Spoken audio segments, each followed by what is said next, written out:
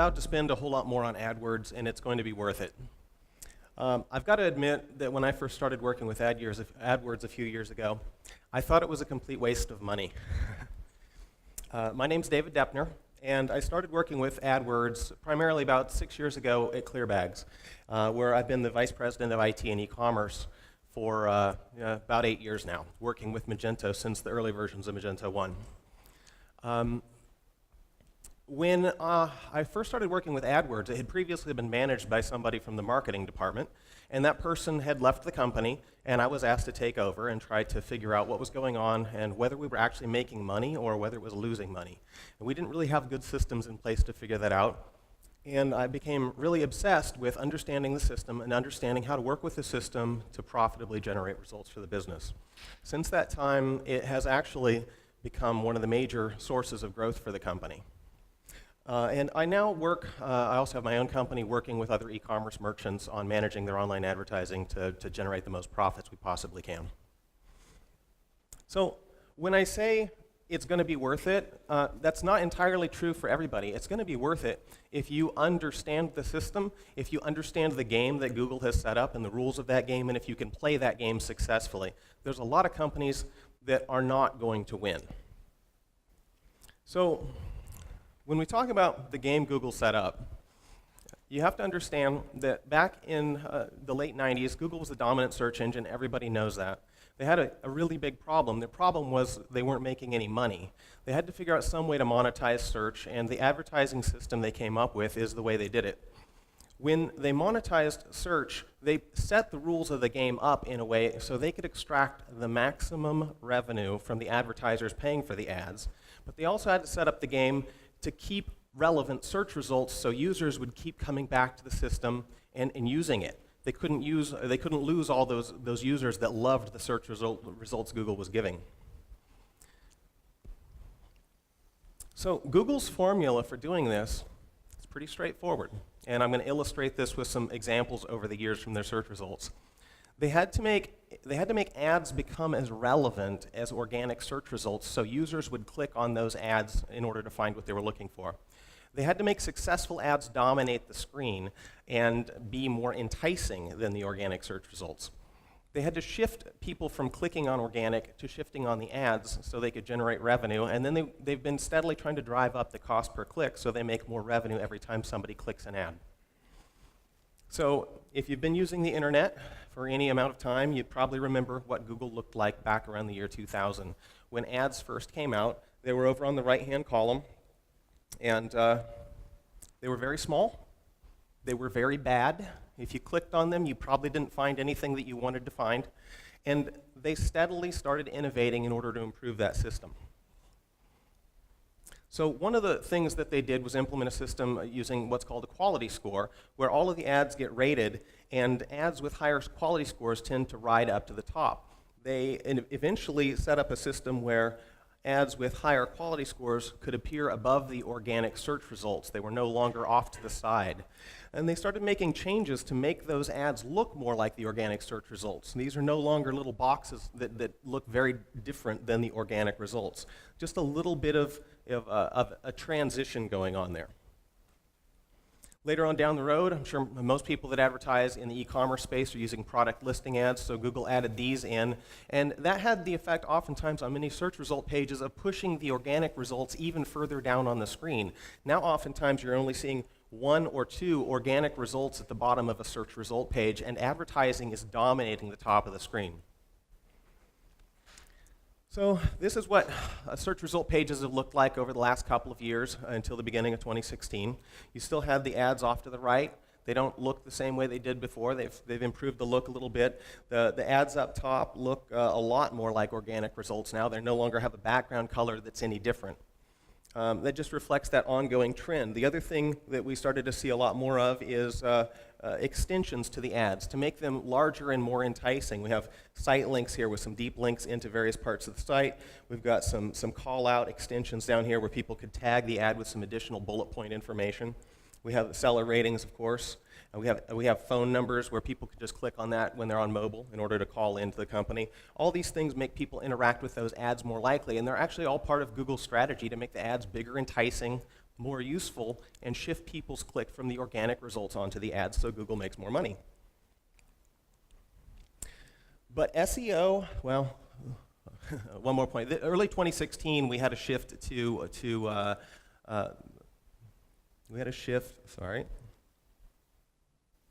where the ads on the right-hand side were eliminated. This was about February of this year, and they added instead of just 3 ads at the top, they added a 4th ad. So any of you who are advertisers have probably noticed that change.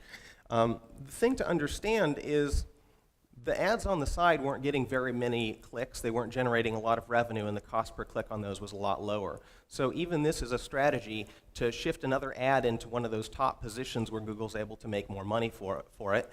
And now there are fewer ads at the top of the search result pages, so people are competing a lot more intensely for those top slots. One of the final changes that I'm going to illustrate here is something called extended text ads, expanded text ads, and that's what's going on right here. This ad now has a longer line of descriptive text relative to the standard ads that you're seeing in the positions down below that have these smaller lines that are more like the traditional ads. One more very minor tweak. Google continues to make these minor tweaks, one little change at a time, but it's really driving the ads to be a lot more like organic. So here we go. SEO isn't dead yet. The reason I say SEO isn't dead, even though it's declining, obviously people still get a lot of results from organic links. A lot of effort, a lot of benefit can come out of activity to try to get to the top of the rankings. But we have to face the fact that the #1 organic link is now typically the 5th link on the page. But on a lot of searches, e-commerce merchants have found that if they can place in the top text ad slot and place in the top organic slot and have several of the product listing ads, they totally dominate that search result page. And it turns out that actually when you're in multiple places like this on the search result page, all of them get more clicks than if they were in isolation. It's not always true, but in most cases that I've looked at, it has been, and a lot of other people have looked at this as well. What's really going on is that when you're dominating the search result page, you're clearly the authoritative source for this. You're a good result, and you have more credibility, and people are just more likely to click on any of those. So I want to get into a discussion about why the costs are going up. And the fundamental answer to the question of why the costs are going up is because of how Google has structured the ad auction. Auctions have been around for a long time, and the fundamental characteristic of an auction is it's a marketplace where the highest bidder is the one that's going to get the sale. So the seller is going to make the most money possible because whoever's willing to pay the absolute top dollar is going to engage in the exchange. Now, the Google auction is a little bit different because it's not actually the highest bidder that wins the auction. It's the advertiser with the highest ad rank. And we're going to get into what that is in a minute. But the other characteristic that's interesting about the Google auction is they're not actually selling you the ad at that point. What you're bidding on is the position on the screen, whether you're going to get into one of those top slots or not. So ad rank there's a lot of factors that go into the ad rank. There's the amount you bid, there's the quality score of your advertisement, and then there's something called the format impact. And I'm going to go into all of these in a little bit of detail in just a minute. There's an interesting video that if you haven't seen it, I think you should. This is Hal Varian. Hal Varian is the chief economist for Google. I didn't know a few years ago that Google employed teams of economists, much less a chief economist. But these are the people that laid out the rules to the game we're playing. And this gives you some insight into how they structured it and why they structured it the way they did. This is a video that's just short, 8 minutes long. And you can find it just by Googling insights on the AdWords auction. That's the title of the video. And in this video, Hal explains several things, just the nuances of how different people bid for ad rank. And again, it's just a function of the bids, the quality score, and the format impact. So let's dive into each of those. Format impact really means all of those ad extensions and types of ads that you can implement. Again, Google knows that when the ad is bigger and more enticing to users, people are more likely to click on it. So they're going to reward you for implementing all these features like seller reviews and site links by shifting your ad higher into a higher position where it's going to get more clicks. So you can see very clearly on a search result page like this that this ad is going to dominate. Nobody's going to read all this, but just at a glance, they're more likely to skim this and click on that. The Uline ad here is also big. Both of these implement quite a few of the AdWords extensions. Now, what you might not realize is the ads down here at the bottom also implement those extensions. But since those ads are performing a little bit poorer, Google has rated them lower and isn't bothering to show those and taking up the screen real estate. This is one of the techniques that Google uses to shift clicks that might have gone to an ad that was going to make less money, a lower cost per click, because they're bidding lower probably. Google's shifting the results up here by adding on those extensions optionally onto the ads in certain situations, making it more likely that the ads that are winning are going to get additional clicks. So when we talk about the actual bids, there's a fundamental conflict involved. And that is that you as a business owner want to maximize your profit, but you also want to get at the top of the search results. Getting at the top of the search results means you have to increase your bids, which increases your cost, which drops your profit. So which of these two things do you pursue? And I'm going to lay out a simple strategy that I think is the right way to approach this. And it starts with maximizing your business's profit. If you're not maximizing your profit, you're not staying in business, and you can't be in this game for the long haul. Now, a lot of advertisers use bidding techniques like bidding based on the target cost per acquisition they want to achieve, or bidding based on a target return on ad spend. But ultimately, Google translates all of the bidding methods down into a cost per click bid. So the best way to actually bid is to deal with cost per click. I can't get into that in a great deal in this presentation, but what you really need to get down to is what is the value of a click, so you know what you can bid for that click in order to gain it profitably. If you've ever gone through the AdWords interface and clicked around on the actual bids, there's a little icon there that you can open up that's the bid simulator. And this shows you what your current bid is and what results you're getting from that, but it's also giving you some information that's a projection of if you changed your bid, what would happen. This by itself doesn't give you enough information to really decide how to set your bids profitably, because Google doesn't know anything about your business's cost structure or business model. But you have that information, so you can do that with a little bit of simple math, really. You can get a lot more complicated with this, but here's a simple example to illustrate. If you've got a gross profit of $100 per conversion, then you can very easily see the projections for the various conversion levels, based on whatever bid you're going to set, what your gross profit would be. You also know what the cost is going to be approximately for that bid level in a weekly period, which is what this bid simulator is showing. And you can start to get an idea of an estimation of what your what your net profit would be at each of these bid levels. So in this example, the bid's set at $2, and this is pretty typical. People just throw an arbitrary bid up there, and they don't really know what's the most profitable. But in this example, it's saying that a bid closer to the $3.32 level would be the most profitable. So if you go through your entire account and set bids based on what would be the most profitable, all the way down at the level of every individual keyword and every individual product in your account, you're going to find that some bids go up and some bids go down. So, we have this system where we want to get to the top of the Google listing so we can profitably make a lot of money, get a lot of clicks, and keep going. But initially, just bidding based on profit maximization drops a lot of your bids and you lose those top positions. The thing to understand about that, though, is if you're in the top position losing money or making less money than you could, maybe it's not the best use. It makes more sense to focus on the ones that can rise. But let's get into talking about how you can increase all of your bids after an initial round of profit maximization. The thing is that quality score was that third component of how ad rank gets determined and who wins the auction. So the quality score, improvements in the quality score are also going to bring your ad rank up, and I'm going to show you how that can turn into a method where you can increase your bids profitably. So quality score has a lot of factors. There's 3 major components.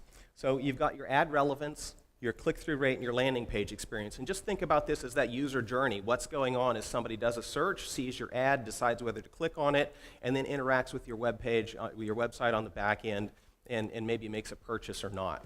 There are a lot of other minor factors as well. And so this gives you a lot of opportunities for improving your quality score. But the click-through rate is the most important one of these factors. And again, it makes sense why, if you just think about it for a minute, Google only makes money when somebody clicks on your ad. So it's the most important factor to them in determining quality. It's really the probability that they're going to earn revenue.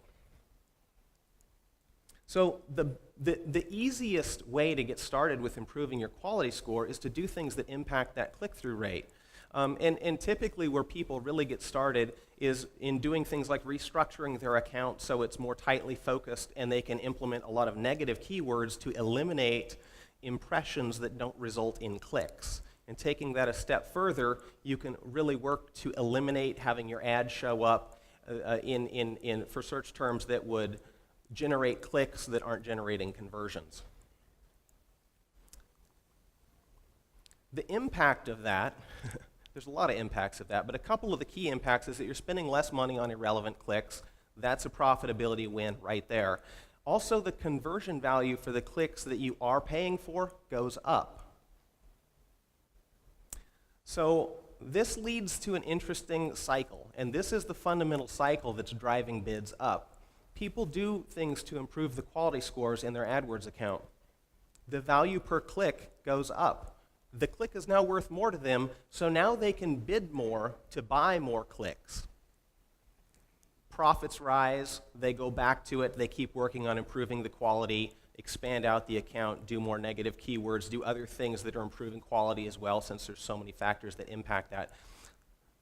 This sort of constant improvement cycle is basically what's going on throughout the market right now and what all e-commerce companies are dealing with. Not everybody's actively pursuing it. Some people are just sort of stumbling into improvements that are making them more profitability, but some are really aggressively following the math, following the numbers, and engaging in this continuous improvement. And as they're bidding up and they're eliminating the wasteful spend, they're able to bid up more on their top converting keywords, and it's basically making the costs for everybody else go up as well. So the danger and the opportunity is simply this. Costs are going to continue to rise as other people continue to implement these sorts of optimizations. If you want to become more profitable and grow the converting clicks that you are buying from Google, you actually have to essentially just improve faster than your competitors. But this is also one of those things where if you improve a little bit faster than your competitors and you keep at it, you get better and better and better and continue to take more share away from them, increase their costs, and decrease their results. So who wins?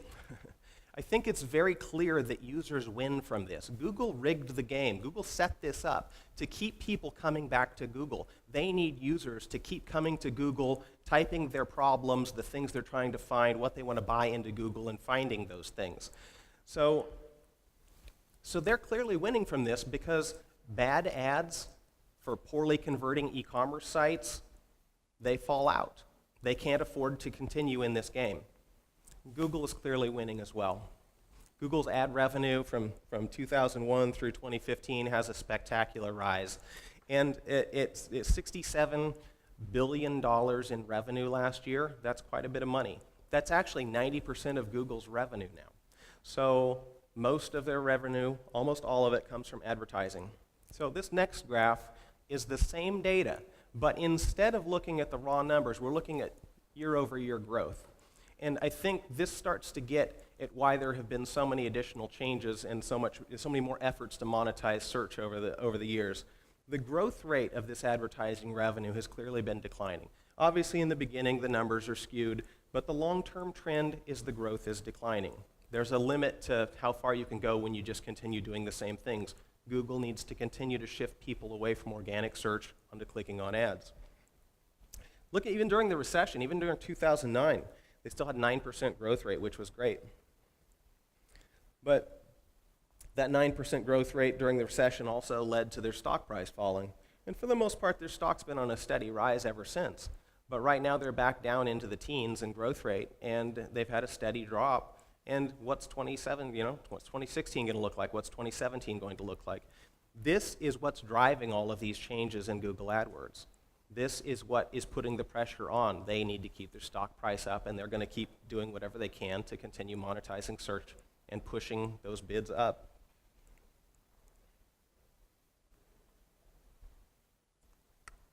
There we go.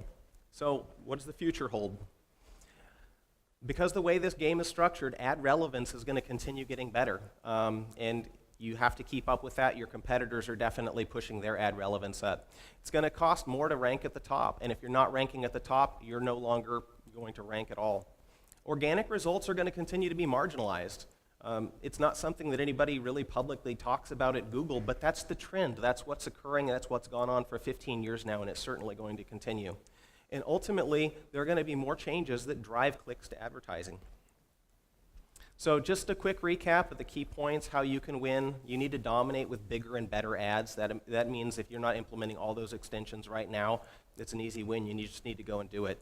Organic text and product ads all on the same keywords just get you better results on all of those. I've talked to a lot of people that are a little bit shy about advertising when they were getting that #1 result. But the way things are going now, if you aren't advertising at the top, you're just continuing to get pushed down.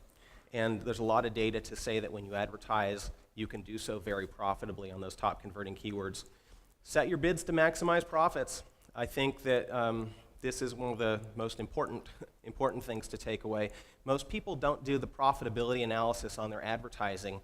They have people that don't understand the cost structure of the business making the decisions, and maybe they have a budget to spend and they spend it all. But if you really get into that, you can have tremendous results. Constantly work to improve your quality scores and recalculate those bids regularly, because it's not just your actions that change the profit, the point where you should be bidding for maximum profitability. Your competitors are always making changes. If you're not actively in there managing those bids and changing them very regularly, you're losing money.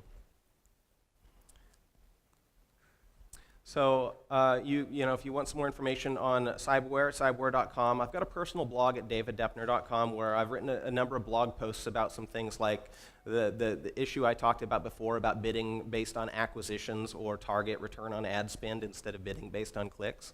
Also, some things about what happens when you're trying to target a certain ROI and why that might not be the best case scenario. Maybe you should focus on profit instead.